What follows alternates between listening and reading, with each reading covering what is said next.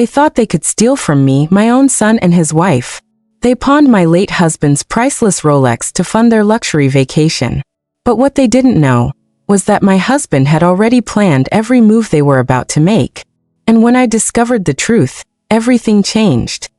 I never imagined that a simple object like a wristwatch could unravel the deepest secrets of my family, reveal betrayals I never wanted to face, and ultimately determine whether I would survive the storm that followed my husband's death. My name is Dorothy Sullivan. I'm 73 years old, a widow now, and for most of my life, I believed I had built something steady and unshakable with my late husband, Frank. He was a meticulous man, quiet and methodical. For decades, I thought of him as a simple accountant who counted pennies, worried about bills, and lived cautiously. In reality, Frank was something else entirely, a strategist, a man who had prepared for battles I never even knew existed. But the story doesn't begin with Frank's brilliance. It begins with grief, with the void he left behind when he died, and with the greed that grew like a cancer in the people I thought I could trust most, my own son, Michael, and his wife, Ashley. The first months after Frank passed away were a blur. Anyone who has lost a spouse after decades together will understand. It's like learning how to breathe again. I woke up reaching for him, made 2 cups of coffee out of habit, set his place at the table without thinking. Every corner of the house carried him, his slippers by the bed, his glasses on the nightstand, his favorite pen resting on his desk. And then, there was his Rolex. Frank's watch was more than a timepiece. It was a part of him.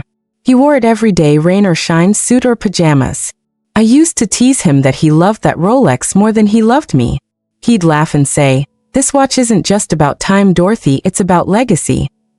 I never understood what he meant, not fully, until much later. A few weeks after the funeral, I noticed the Rolex was missing.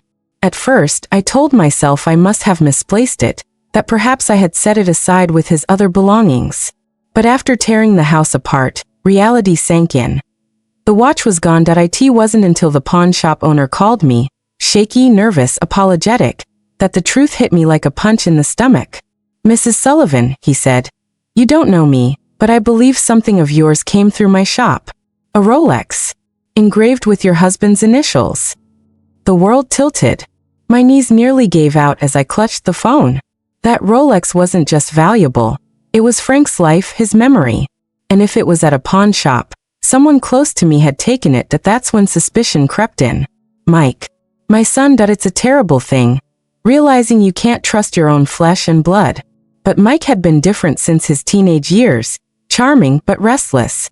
He wanted quick money, flashy success. Over the years, Frank had bailed him out of failed ventures, gambling debts, loans he couldn't pay back.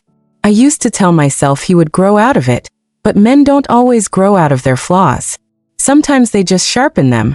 Mike and his wife Ashley showed up at the house not long after. Ashley was the type who could charm a stranger in a heartbeat, always polished, always pretending to care. But I had seen glimpses of the woman behind the mask. Sharp, calculating, with eyes that measured everything in terms of profit and advantage. That afternoon, they arrived bubbling with energy, dressed for travel. Ashley carried luggage tags that still had airport barcodes on them. And the way she kept glancing at her phone, tapping her nails against the screen, told me everything. This wasn't a family visit. This was business. "Mom," Mike said, trying to sound casual. "We wanted to check in before our trip, just to make sure you're doing okay." Okay. The word hung between us like poison. I was burying my husband of 43 years, and my son wanted to know if I was okay? I smiled tightly and offered coffee.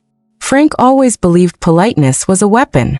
If you stayed calm, if you stayed dignified, the other person revealed themselves eventually. So I did what Frank would have done. I kept my voice steady and my eyes sharp. As we sipped coffee, I decided to test them. "You know," I said softly, "your father was obsessive about record keeping. He kept every receipt for 20 years. And I found something odd. An investment account I didn't know about. Nothing major, just a few thousand." I watched their faces change instantly. Ashley's eyes flicked to Mike, quick as lightning. Mike leaned forward, trying to look casual but failing.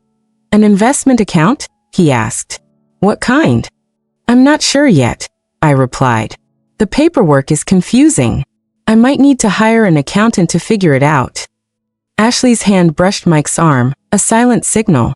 Then she leaned forward with her practiced sweetness. Oh, Dorothy, we could help with that. Mike's good with financial documents. I nearly laughed. Mike, who couldn't balance a checkbook, suddenly wanted to help. I thought about the private investigator's report Frank had left me. The gambling debts, the fraudulent loans, the offshore transfers. And I knew. Their eagerness wasn't about helping. It was about control. That's very kind, I said smoothly. But I've already made an appointment with Frank's old accounting firm. They'll know how to handle his investments properly. Mike's jaw tightened. Mom, those guys charge $300 an hour. I can look at it for free. I can afford $300 an hour, Mike. The silence after that was thick, charged. Ashley's mask of concern slipped, revealing the steel beneath. Mike looked ready to explode. And then he said it. The sentence that confirmed everything. Mom, about the message you found in Dad's watch. Maybe I should take a look at those numbers before we leave. Ashley's head snapped toward him. What numbers? She demanded that I stood up slowly, towering over them despite my age. The kind of numbers that are none of your business. Ashley's face flushed. Excuse me. You heard me. My husband left me a private message. Private, being the operative word. Mike tried to intervene, his voice dipping into that condescending tone I hated. Mom, we're family. There's no need for secrets. Secrets? I almost laughed at the irony. Like your gambling debts? Or the company you've been using to buy properties with money you don't have? The color drained from Mike's face. Ashley's mouth fell open as I leaned closer, my voice steady as steel. Sullivan Investments, LLC. Ring a bell. Their expressions told me everything. They knew I wasn't guessing. I knew Frank had known too. He'd prepared. Ashley hissed. You crazy old woman, you don't know anything. But I did. I knew Mike owed nearly $200,000 to offshore gambling sites. I knew he and Ashley had been plotting to have me declared incompetent, so they could seize my assets. I knew Frank had hired a private investigator months before his death, documenting every lie, every debt, every betrayal. And as I stared at my son, the boy I had raised, the man who now looked like a stranger, I realized this was only the beginning. Ashley grabbed Mike's arm, trying to drag him out the door. But Mike lingered, staring at me with something I hadn't seen in years, shame. For a brief moment, I saw the child he once was, before greed consumed him. Then Ashley tightened her grip, and the moment passed. This isn't over, she spat. Yes, it is, I replied.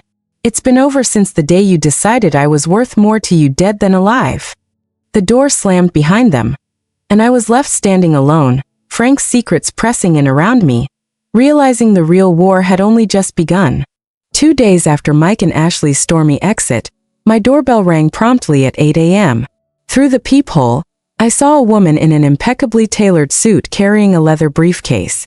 Behind her, a man with the polished, serious look of a law school grad stood silently. I opened the door just a crack. Mrs. Sullivan? The woman began, her voice smooth and rehearsed. I'm Catherine Wells from Wells Morrison and Associates. This is my colleague David Kim.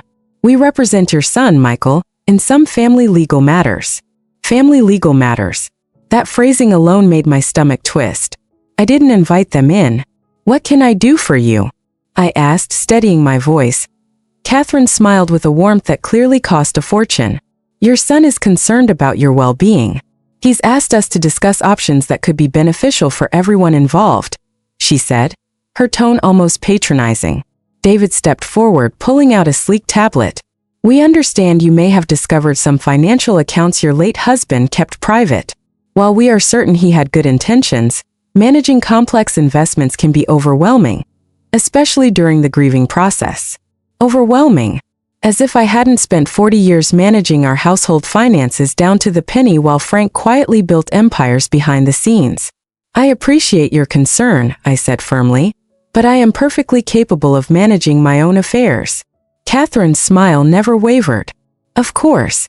But consider this, your son could help shoulder that burden. We've drafted documents granting Michael temporary power of attorney over your finances, just until you've had time to grieve. There it was. Exactly what Frank's private investigator had warned me about. Temporary. I repeated the word slowly, letting it sink in. And who decides when my grieving period is over? David exchanged a glance with Catherine. Naturally, that would be at your discretion. I stepped back toward my door, letting my calm show, though inside I was simmering. Gentlemen, I think we're done here. Catherine's voice sharpened ever so slightly.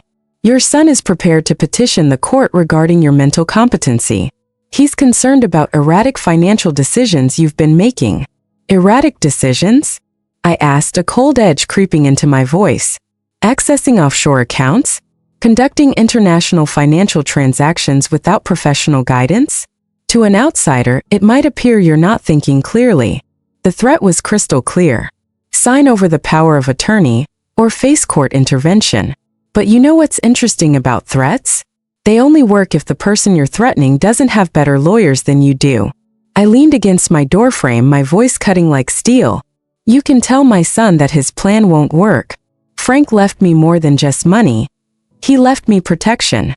I closed the door before they could respond and immediately dialed the number I'd found hidden in Frank's secret files.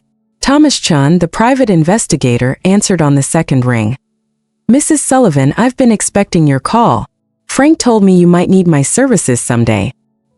He did, I replied, my voice a mix of relief and determination. About 6 months ago, Frank had you prepare a comprehensive legal defense package in case anyone challenged my competency? Everything is ready to go, Thomas said. Your husband anticipated that day. How ready do you want to be?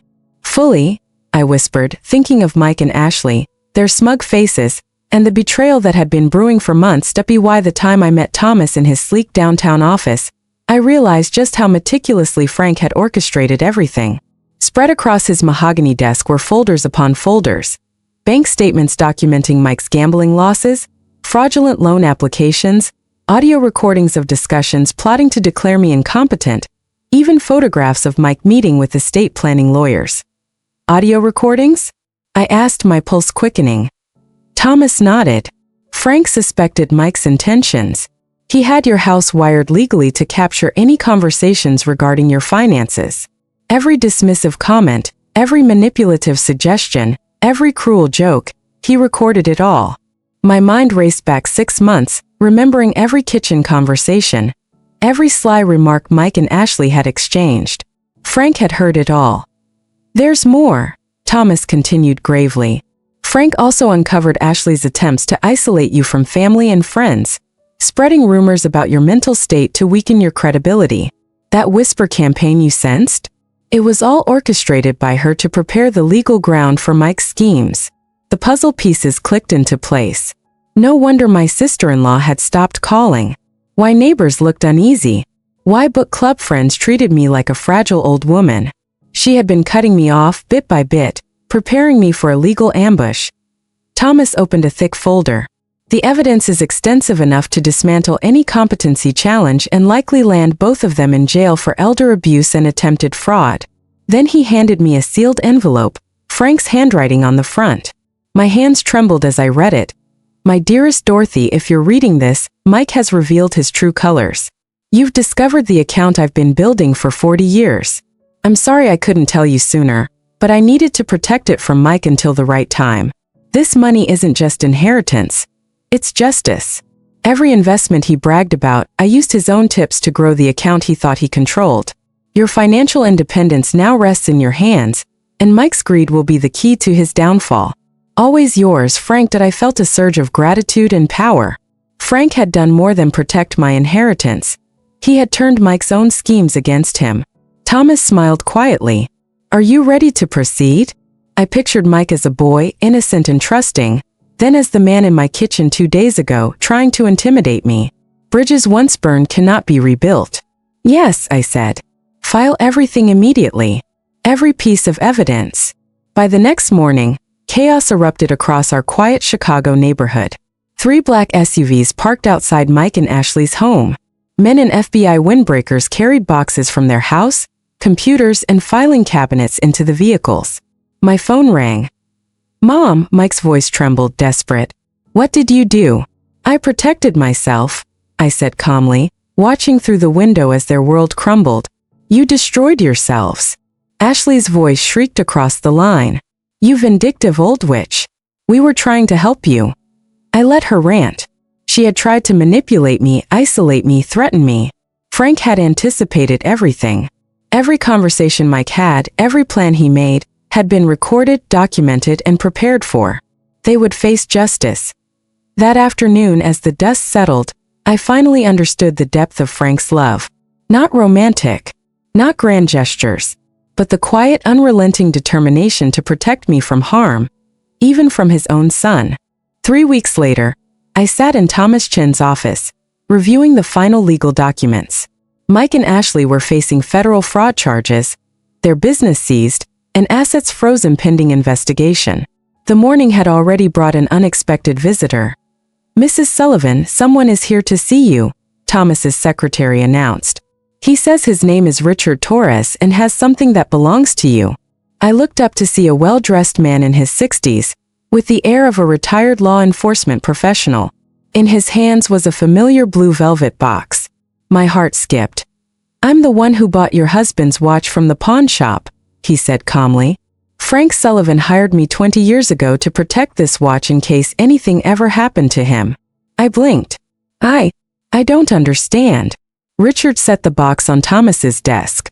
I'm a retired federal marshal, Mrs. Sullivan. Your husband contracted me to monitor certain situations. When the watch appeared at Golden State Pawn, I was notified immediately. Thomas's pen flew across the notepad, capturing every detail. My pulse quickened. Mike had been under surveillance? Among other things, yes. Frank had been thorough in ways I could hardly have imagined. Richard opened the velvet box. Inside, the Rolex gleamed, but there was more. He turned it over, pressed a hidden mechanism, and a second, smaller compartment opened. Inside lay a micro SD card. Frank recorded everything, Richard said quietly.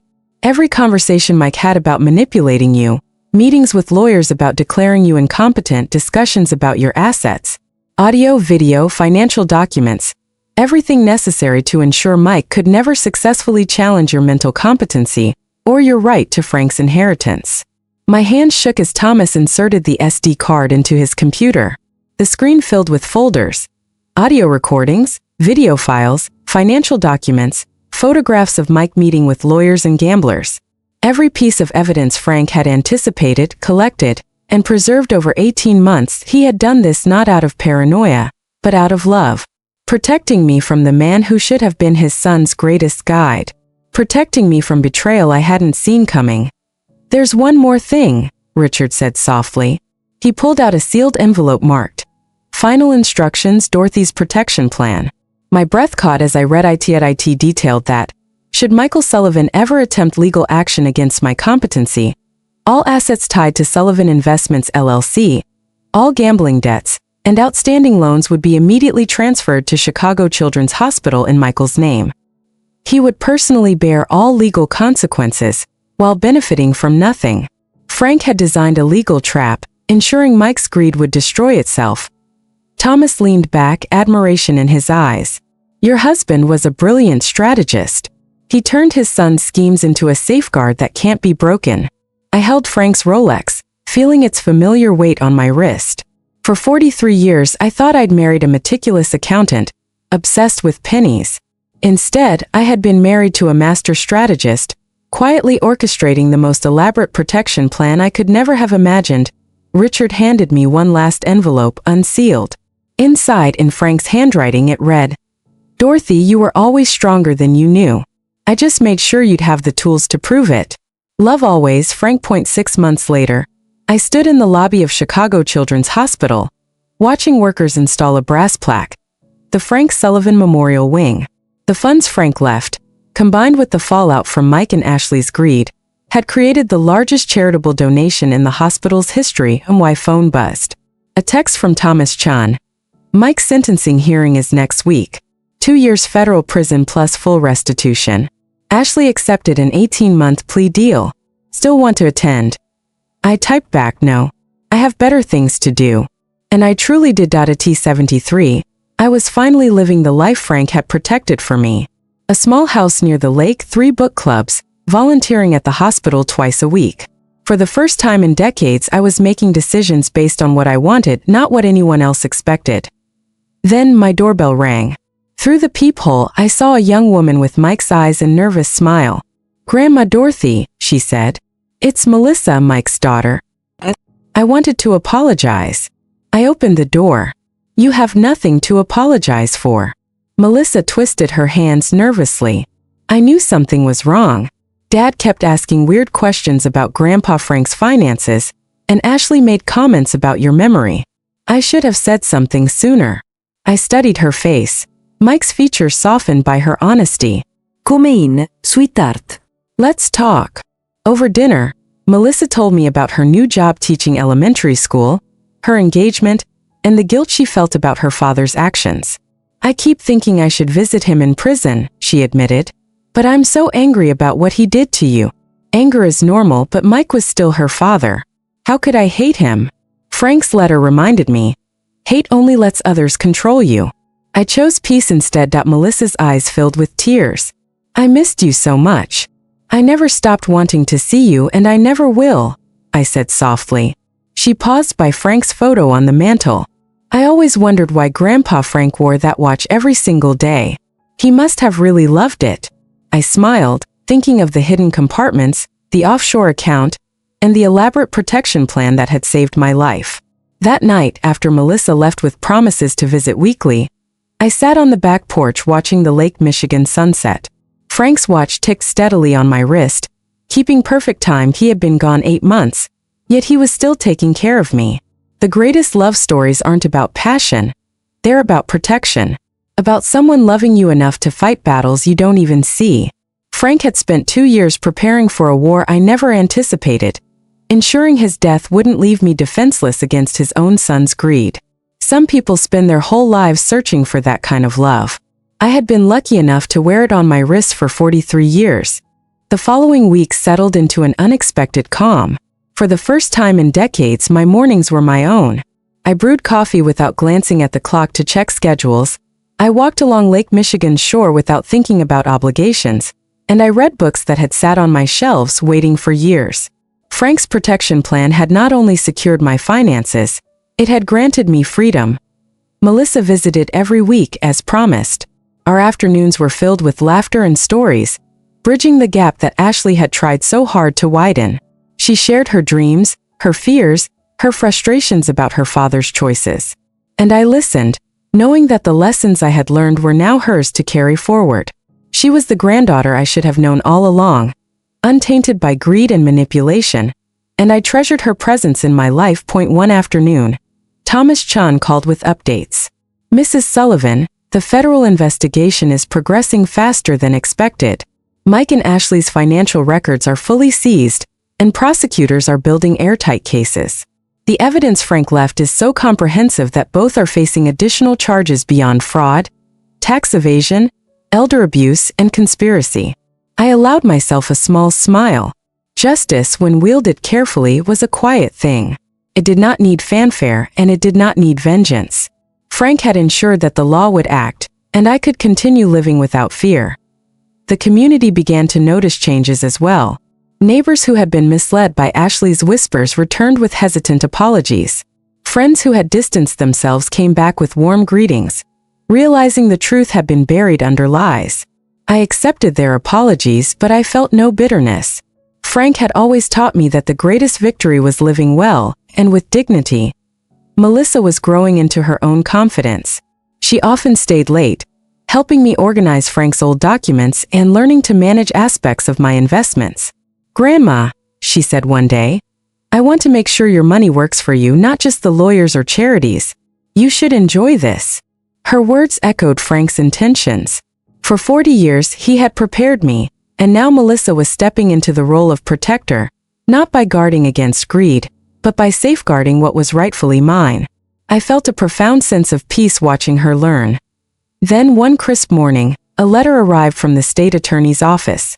Mike and Ashley had formally pled guilty to multiple federal charges. Sentencing would take place in the coming weeks. The letter confirmed what I already knew. Frank's plan had worked flawlessly. Mike would face prison time, full restitution, and no part of the inheritance would ever touch his hands. Ashley had accepted a plea deal, her freedom limited and her resources confiscated, that I felt a quiet satisfaction, not out of malice but from relief. The people who sought to harm me were no longer a threat. And the irony was delicious. Mike and Ashley's own greed had funded the largest donation in the hospital's history, forever memorializing Frank's name and ensuring that our legacy would be one of compassion, not destruction. Melissa and I spent that afternoon installing the first plaque in Frank's memory at the hospital, her small hands guiding mine as we positioned it. I spoke softly. Your grandfather loved people and he loved me. But he also wanted to teach us both a lesson about justice, courage, and foresight.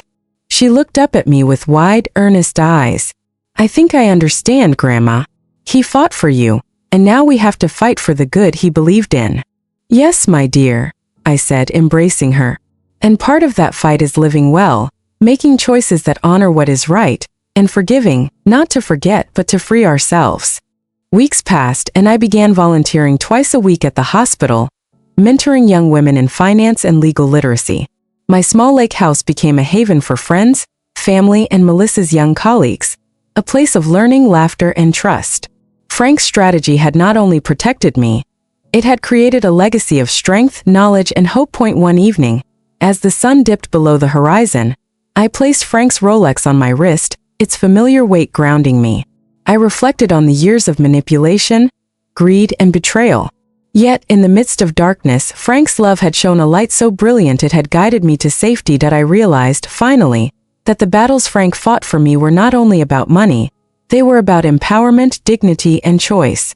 For the first time in my life, I felt completely in control, unafraid of the shadows of my past. Melissa joined me on the porch, her head resting on my shoulder. Grandma, she whispered, I'm glad he protected you, but I'm even more glad you're teaching me how to protect myself too. And in that quiet moment, with the lake stretching endlessly before us, I knew Frank's greatest gift had always been more than wealth or strategy. It was the ability to live fully, to love wisely, and to face the world with courage. The weeks following Mike and Ashley's arrests were surreal. News crews occasionally appeared, cameras flashing as neighbors whispered behind drawn curtains. But I stayed focused on my life, my routines, and most importantly, on the future I was finally free to shape. Frank had not only protected me financially, he had gifted me autonomy, and I refused to squander it. Melissa thrived during this period of calm. She visited daily, eager to learn about financial management, charitable work, and the subtle skills of negotiation and protection that Frank had taught me to wield. One morning, while reviewing documents for a small investment I was considering, Melissa looked up at me with wide eyes. Grandma, you really did everything perfectly. Dad never even saw it coming. I smiled softly. Sometimes it's not about the fight in the moment, Melissa. It's about planning, patience, and the courage to wait for the right time. Your grandfather understood that. Thomas Chun called with updates on Mike and Ashley's legal proceedings. Mrs. Sullivan, he said, they've both pled guilty to federal charges. Mike is looking at 2 years, full restitution, and complete forfeiture of assets. Ashley's plea deal reduces her sentence slightly, but her access to all funds has been permanently blocked. The evidence Frank left was decisive. I felt a quiet satisfaction but no gloating. Justice, when it comes full circle, has its own rhythm. Mike and Ashley had built their own trap and fallen into it. The irony that their greed funded the hospital expansion and charitable works I had championed was almost poetic. One afternoon, I received a call from Richard Torres, the retired marshal who had returned Frank's Rolex and SD card. Mrs. Sullivan, I wanted to let you know that all evidence has been securely archived. In addition, the SD card has been duplicated and deposited with federal authorities for safekeeping. Your husband's foresight has ensured that this situation can never recur. Thank you, Richard, I said, holding the watch close to my heart. He truly thought of everything. Richard paused. There's one last thing. Frank left instructions for a letter to Melissa, something to guide her should she ever encounter challenges similar to what you faced. Melissa arrived shortly after, her eyes wide with curiosity as I handed her the envelope. Her hands trembled slightly as she opened it, revealing Frank's careful, precise handwriting. Dear Melissa, she read aloud, you are strong, wise, and capable. Life may challenge you with greed, manipulation, and betrayal, but remember that knowledge, patience, and integrity are your greatest weapons. Protect what is right, act with courage, and never let fear guide your decisions. Love always, Grandpa Frank. Tears welled in her eyes. He really prepared me too, didn't he? Yes, sweetheart. That's why we survived, why justice prevailed, and why we can move forward with confidence. The day of Mike and Ashley's sentencing arrived. I chose not to attend, preferring to watch the sunrise over Lake Michigan instead. There was no thrill in witnessing punishment, only the quiet satisfaction of knowing that their attempts to harm me had failed and that the law, guided by Frank's meticulous planning, had acted decisively. Melissa and I spent the morning visiting the hospital wing funded by Frank's donations.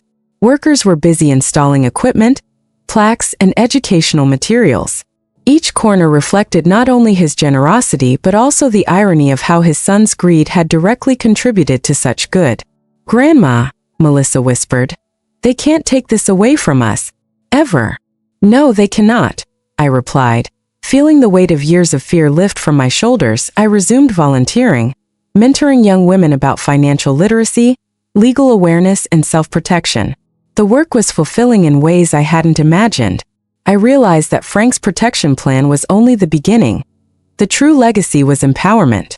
Every young woman who left our sessions equipped with knowledge and confidence was a victory in itself. One evening, as the sun dipped low, I found myself on the porch with Melissa. The air was crisp, carrying the scent of water and autumn leaves. Grandma, she said softly, do you ever think about Dad? I nodded, considering. Ego. And I feel a mix of sadness and understanding. He made terrible choices, but he's still your father. And part of surviving is learning to separate the actions of others from your own peace. Melissa leaned against me. I want to be strong like you and Grandpa Frank. Not just in finances but in life. To make the right choices, even when it's hard. You already are, Melissa, I said, pressing a gentle kiss to her forehead. Strength isn't about avoiding betrayal. It's about facing it, learning from it, and choosing the path that honors your values. Days turned into weeks, and the tranquility of our lives deepened. I bought a small boat, inviting Melissa for weekend rides on the lake. We picnicked, laughed, and shared stories about Frank's wisdom, making our own memories untouched by greed or deceit. Each wave against the hull reminded me that life could be peaceful, abundant, and filled with love, even after the storms. The final irony remained my favorite. Mike and Ashley's greed, their relentless pursuit of my assets, had not only failed but had directly funded the most meaningful work in our lives. The hospital wing, the scholarships, the equipment, it all bore the mark of victory not just over them, but over fear, manipulation, and injustice. Frank's Rolex gleamed on my wrist each morning, a reminder that love isn't always loud. Sometimes it's strategy, foresight, and unwavering dedication that protect those we hold dear. And in that quiet knowledge, I had finally found freedom, peace, and the true measure of a life well lived. The months following Mike and Ashley's convictions were some of the most peaceful I had experienced in decades. For the first time since Frank's death, I could truly breathe, make decisions for myself, and live without fear of betrayal lurking in the shadows. Melissa visited regularly, her presence a reminder of hope, innocence, and the promise of a future untainted by greed. I took the opportunity to explore parts of life I had put aside for so long. I joined a local art class, painted canvases inspired by the lake, and began documenting my experiences.